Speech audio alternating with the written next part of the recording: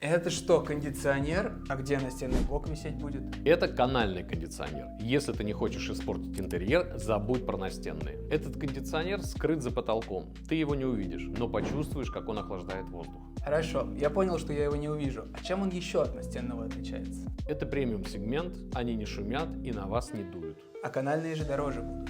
Да, они дороже. Если хочешь комфорт и минимализм в интерьере, выбирай канальные. Если нужна доступность, подойдут настенные. А что ты выберешь? Напиши в комментариях. И не забудь подписаться, если хочешь еще больше лайфхаков про климат дома.